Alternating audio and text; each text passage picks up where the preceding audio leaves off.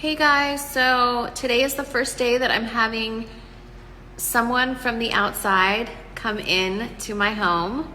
It's my mom, social distancing, and we are sitting 6 feet apart having lunch together. We went on a walk 6 feet apart, and it really did make a difference to get out. We just went in our backyard, and now that it's not raining, but I just want you guys to still be encouraged that social distancing is definitely the way to go and what is going to really make a difference here to get us over this curve.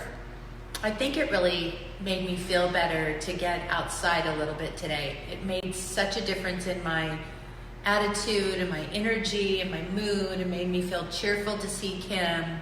And I think if you can, guys, just try to get outside for a few minutes just to get in your place. Still stay inside.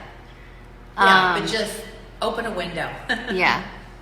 Because, we've been taking it extremely seriously, and I think everyone just really needs to understand that this is temporary. It's not going to last forever, but take advantage of the time.